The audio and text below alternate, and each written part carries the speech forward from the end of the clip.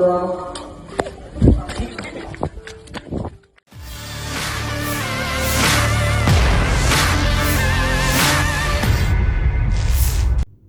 sosial dihebohkan dengan rekaman aksi tak berakhlak remaja asal Parepare, Sulawesi Selatan saat memadamkan listrik di masjid. Saat itu, jemaah di dalam Masjid Nabira Kota Parepare, Sulsel ini tengah melaksanakan salat tarawih.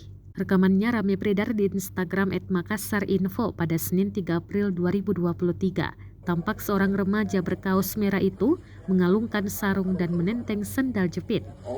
Bak sudah merencanakan aksinya dengan matang. Ia tampak tertawa-tawa sebelum beraksi ke arah kamera sambil mendekati meteran listrik masjid tersebut. Setelah dirasa waktunya tepat, ia langsung menekan sebuah tombol yang membuat aliran listrik masjid itu seketika terputus.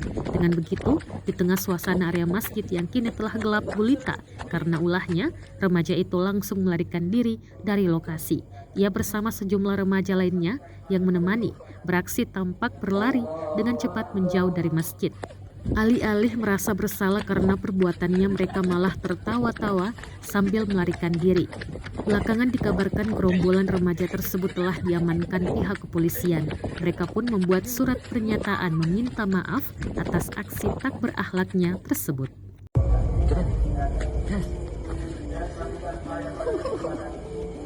Allahu Akbar.